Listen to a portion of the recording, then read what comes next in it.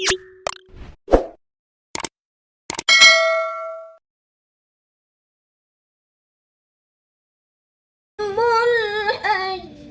والعمرة لله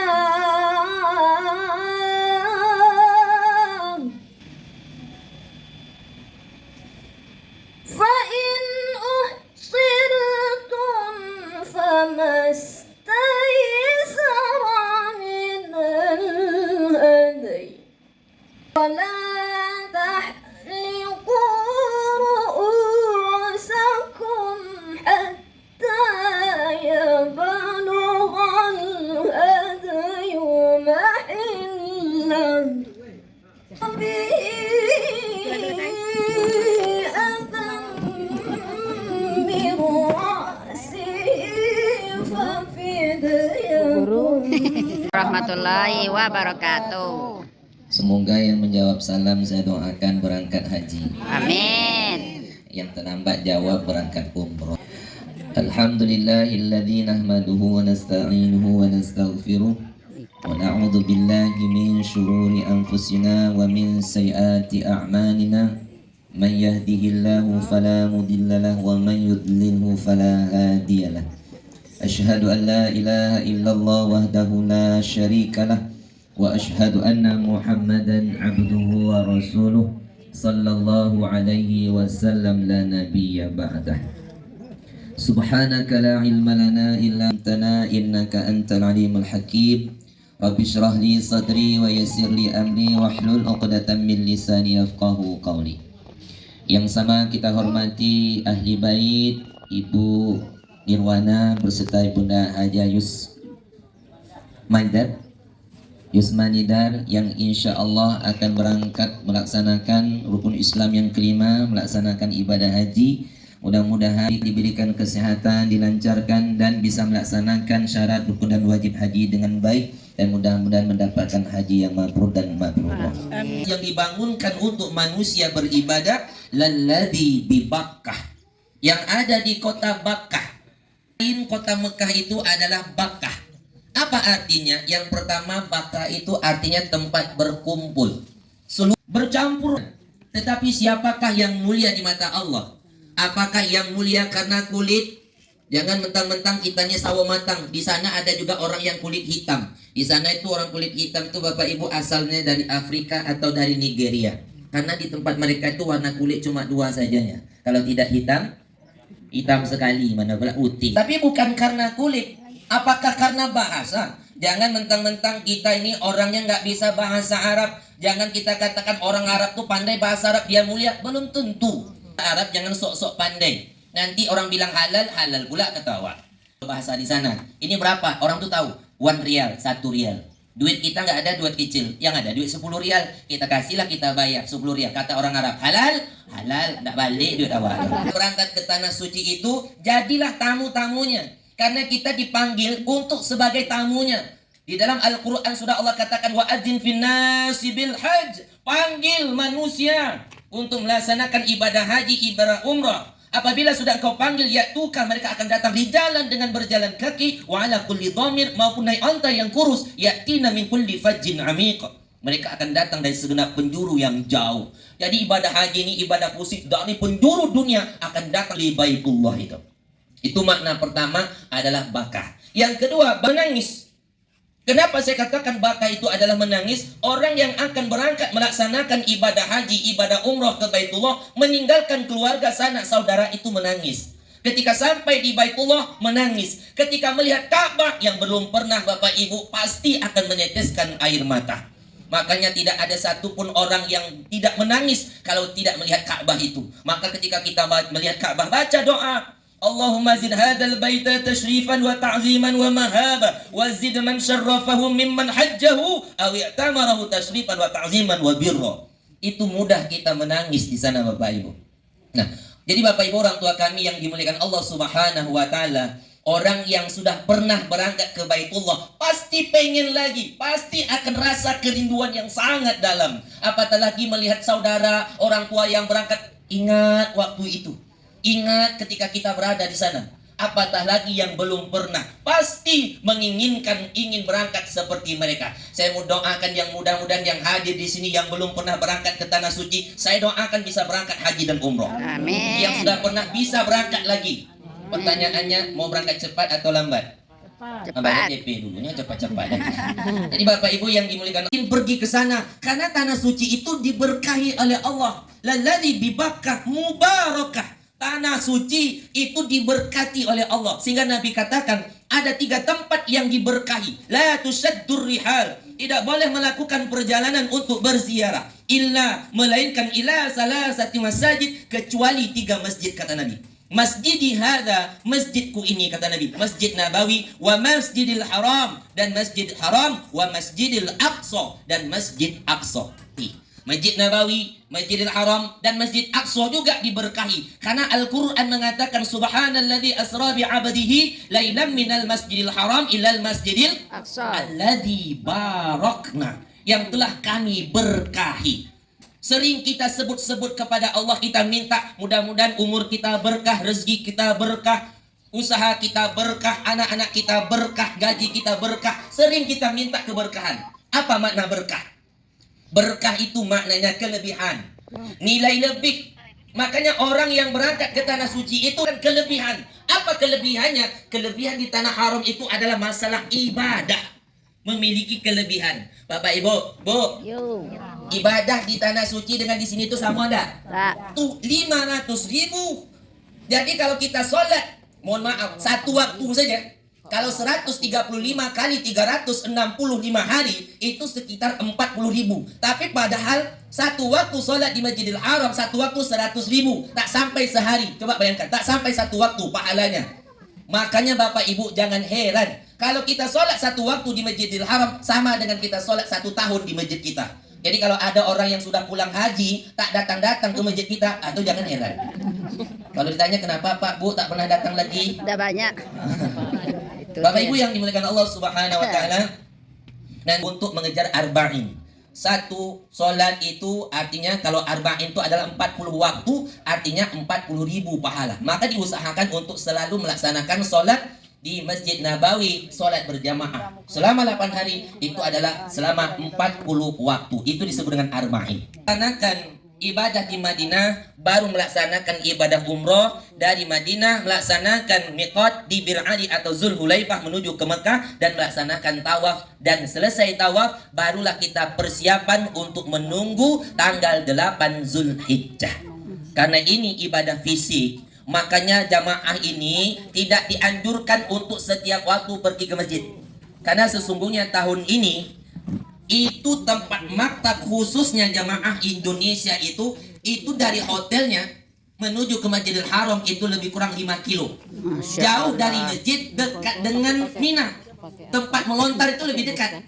Nah, makanya Bapak Ibu boleh kita 2 waktu, tapi jangan terlalu sering. Kenapa? Karena ibadah fisik yang harus kita persiapkan itu adalah ketika nanti puncaknya musim haji. Ya Allah. Nah, bisa 6 hari, bisa 7 hari. Ini puncaknya haji cuma seminggu. Iya. Kenapa saya katakan?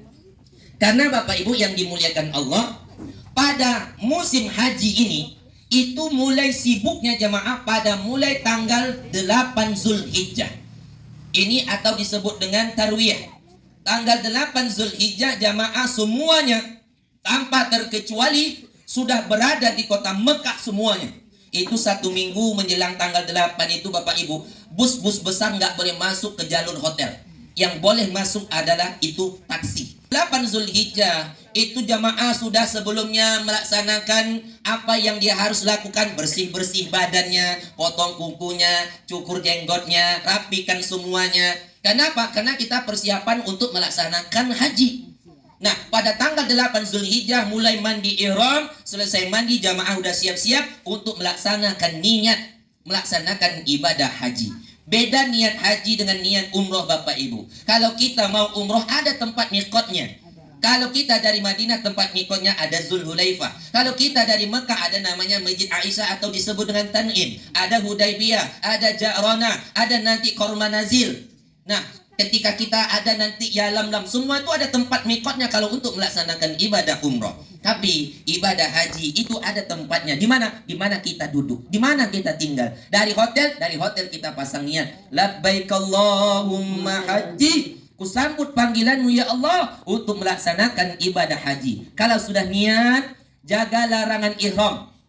Tak boleh potong kuku lagi, tak boleh mematah ranting, tak boleh membunuh binatang, nyamuk, lalat dan lain sebagainya. Kecuali binatang itu membahayakan kita, binatang yang berbisa. Itu boleh, tapi selebih itu nggak boleh. Nggak boleh menutup kepala bagi bapak-bapak yang pakai peci lagi, nggak boleh. Boleh pakai payung, silahkan. Boleh berteduh di bawah pohon, silahkan. Tapi tidak boleh memakai menutup kepala dengan sengaja. Apalagi panas, nanti ditutup kepalanya dengan kain ihram, kena dam. Maka dijaga baik-baik larangan ihram. Tak boleh nanti mandi pakai sampo, pakai sabun, pakai deodoran, pakai minyak wangi, pakai lipstick, pakai bedak. Tak boleh. Apalagi gosok gigi. Tak boleh. Kapan baru boleh? Setelah kita melontar hari ke-10 Zulhijjah pada hari Aqabah, Jumratul Aqabah.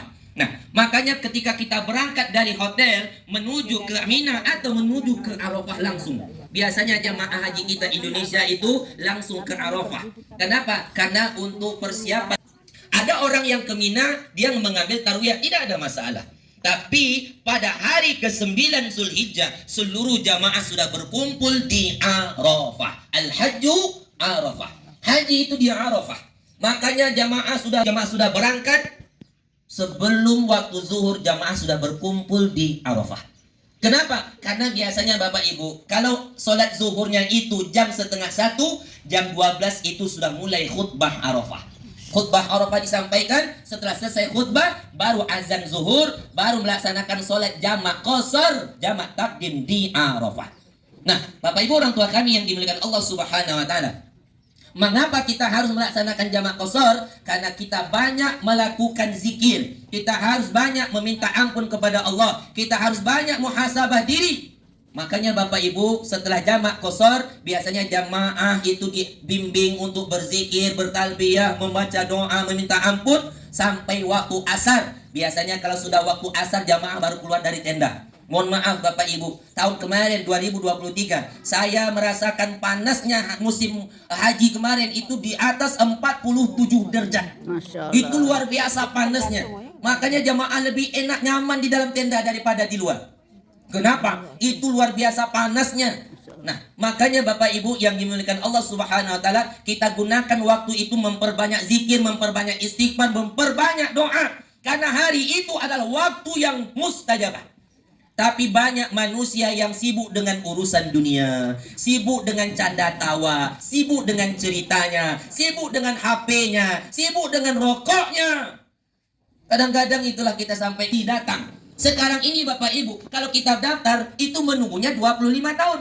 Yang sudah berangkat tahun kemarin mendaftar lagi 10 tahun lagi ke depan baru bisa mendaftar. Entah panggilan Ibrahim duluan sampai atau Israel yang pertama kali datang. Nah, begitulah menunggu kuota haji yang cukup lama. Tapi waktu satu hari itu banyak dia sia-siakan dengan urusan dunia yang tidak ada manfaatnya. Makanya kadang-kadang saya lebih menganjurkan jamaah kalau sudah masuk waktu asar yang agak sudah dingin, barulah kita keluar tenda. Kenapa? Waktu itu Allah Subhanahu wa Ta'ala mengabulkan doa hambanya. Mintalah kata Allah, minta sebanyak-banyaknya. Tapi kadang-kadang Allah ini dia tidak bosan, kita yang bosan meminta. Bayangkan. Makanya Bapak Ibu, saya pernah melihat jamaah saya waktu itu macam khusyuk kita zikir, macam tertunduk, rupanya sibuk balas WA. Ini yang kita kacau ini. Sampai selesai wukuf, sampai azan maghrib, selesailah kita wukuf. Nah, kalau sudah masuk waktu maghrib, kalau seandainya bus kita sudah menunggu, kita masuk bus dan berangkat menuju ke Muzdalifah. Solat maghrib dan isya-nya ditakhirkan di Muzdalifah. Tapi apabila bus kita masih damanya datang, itu tahun kemarin Pak, itu bus sampai jam 11 malam. Saking banyaknya orang yang masuk berangkat itu. Jadi kita boleh jamak takdim, solat maghrib dan isya di Arafah. Jadi melihat sikonnya nanti. Sampai di Muzdalifah, kita sudah melihat maktab masing-masing. Itu masuk di situ sudah ada petugas yang menyambut kita. Biasanya kita dikasih batu satu kantong. Batu itu adalah batu untuk kita melontar jamarat. Itu satu kantong itu mungkin sebanyak 100 biji mungkin. Ya, silakanlah kita gunakan sebaik-baiknya. Karena sampai di Muzdalifah tidak ada tenda, itu beratapkan langit saja. dikelilingi oleh batu gunung-gunung yang ada. Di situ kita bentangkan karpet, yang bentangkan sajadah, yang mau istirahat, yang mau sholat, yang mau berzikir. Dan kita juga disunahkan untuk mencari batu kerikil. Kapan kita bertolak menuju ke Mina? Setelah beranjak jam 12 malam ke atas, itu baru boleh bergerak menuju meninggalkan Muzdalifah. Tapi kita disunahkan mabit untuk mengambil batu 7 butir saja. Disunahkan mengambil batu 7 butir karena 10 Zulhijjah besok kita melontar 1 jamarat Aqabah saja. Tapi yang disunahkan hanya sebesar ujung telunjuk ini saja. Jangan jadi jemaah saya kemarin Bapak Ibu yang dicarinya sebesar telur ayam. Ustaz, ini batunya kok jauh, takut nanti kena orang, kan berbahaya itu. Nah, jam 12 malam itu sudah bus lewat, itu jamaah sudah berkumpul antrian. Itu seperti di kelengkeng kita tuh masukkan sapi ke dalam bus, macam itulah. Tapi Bapak Ibu antriannya sangat lama. Itu kadang-kadang jam 2 kita baru masuk bus, berangkat menuju ke Mina. Bayangkan, biasanya Mina itu dekat, tapi karena musim haji bisa sampai azan subuh kita ke Mina itu. Saking banyaknya orang berangkat itu. Makanya Bapak Ibu, sampai di Mina biasanya jamaah sudah ditunggu petugas yang membawa bendera atau membawa tanda. Itu kita bergerak menuju ke tempat melontar jamarat. Yang dilontar itu adalah Aqabah saja.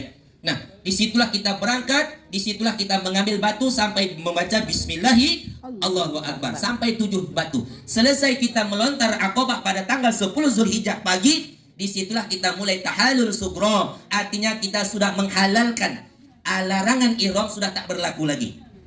Boleh nanti kita pulang ke tenda mandi sampo Ustaz, boleh. Boleh kita pakai gosok gigi deodoran, pakai Pepsodent, boleh. Silakan, kenapa? Sudah tahallul. Jadi yang dilarang dari tanggal 8, 9 dan tanggal 10 Zulhijjah itu dilarang. Jadi kalau mandi tak boleh pakai sabun, mandi saja. Kalau gosok gigi boleh pakai kayu siwak atau sikatnya saja, tak boleh pakai Pepsodent. Mau 3 hari tak pakai Pepsodent, apa rasanya Ustaz? Cobalah. Makanya Bapak Ibu yang dimuliakan Allah Subhanahu wa taala, sampailah 10 Zulhijjah kembali ke tenda, boleh mengganti pakaian bebas yang berjahit. Nah, itu udah 3 hari. Dan kita masih menunggu besok hari tasyrik, hari ke-11 dan hari ke-12 atau hari ke-13. Bagi kita yang mengambil nafar awal, kita mengambil 2 hari tasyrik saja. Berarti sudah melontar 2 hari tasyrik, 5 hari, berangkat ke kota Mekah, meninggalkan Mina, masuk ke Masjidil Haram, tawaf ifadah, sa'i, tahallul qubur, selesailah rukun dan syarat haji itu. Udah 5 hari. Ada yang mengambil nafar sani 3 hari tasyrik, berarti 6 hari. Atau ada orang sudah mengambil nafar sani 3 hari melontar, tapi dia istirahat dulu sampai di Mekah di hotel. Besok kalau sudah pulih baru melaksanakan tawaf ifadah, sa'i dan tahlul. Mati selesailah rangkaian ibadah haji. Dan mengingat, apakah ini salah satu bentuk ibadah yang kita impi-impikan atau memang itu sebagai pengalaman bagi kita? Itu pasti pengalaman, pasti beda-beda.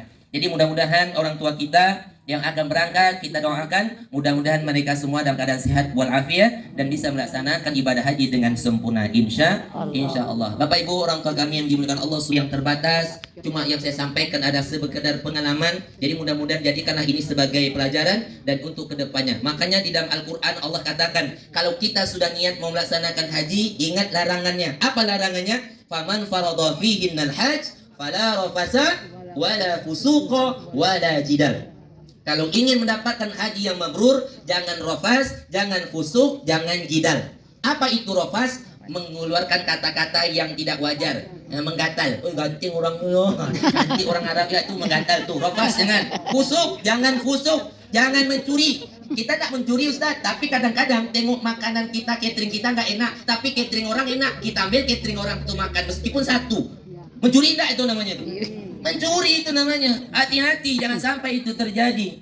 Wala fusuk wala jidal. Jangan berkelahi, jangan bertengkar. Ada enggak jamaah haji ke tanah suci butuh bertengkar? Ada. Mana dia orangnya? Orang lain. Suami istri bisa bertengkar. Kadang-kadang masalah sepele, nanti tunggu abang di sini ya. Ayolah, rupanya HP istrinya lobet. Tak datang-datang, telepon tak diangkat. Suaminya pulang. Pas istrinya datang, mana pula abang tuh tadi? Katanya tunggu di sini. Akhirnya lama nunggu, pulang pula hotel. Abangnya sudah merokok pula di hotel. Oh, ada kan kacau. Pesawat pun bisa bertengkar. Kadang-kadang udah duduk di pesawat tuh, Ustaz, itu suami saya di belakang, saya di sini, bisa nggak kami duduk berdua? Duduk aja lah dulu. Nanti kalau udah terbang pesawat tuh baru kita ceng. Nggak bisa dong Ustaz, sabar aja lah. Ustaznya, itulah kacau tuh. Duduk aja lah, di mana kita duduk aja. Inilah kadang banyak terjadi masalah yang kecil bisa bertengkar. Jadi Bapak Ibu jangan berkelahi. Yang penting kita harus banyak istighfar. Yang penting kita banyak minta ampun kepada Allah. Mudah-mudahan itu semua adalah ujian bagi kita. Karena di sana tuh ujiannya jenderal-jenderal semua setannya. Maka hati-hati kita di sana. Tetap bersabar. Mudah-mudahan apa yang saya sampaikan pada hari ini bermanfaat. Bukan artinya tidak menggurui, tapi untuk berbagi ilmu dan berbagi pengalaman saja. Ini yang dapat saya sampaikan di hadapan Bapak Ibu, Pak Haji, Bu Haji. Saya mohon maaf bila mana ada yang kata-kata tidak berkenan, saya mohon dimaafkan. Ada pertanyaan? Kalau ada di antara kita yang niat mau padalkan haji, amin. Subhanakallahumma rabbana wa bihamdika asyhadu an la ilaha illa anta astaghfiruka wa atubu ilaik. Assalamualaikum warahmatullahi wabarakatuh.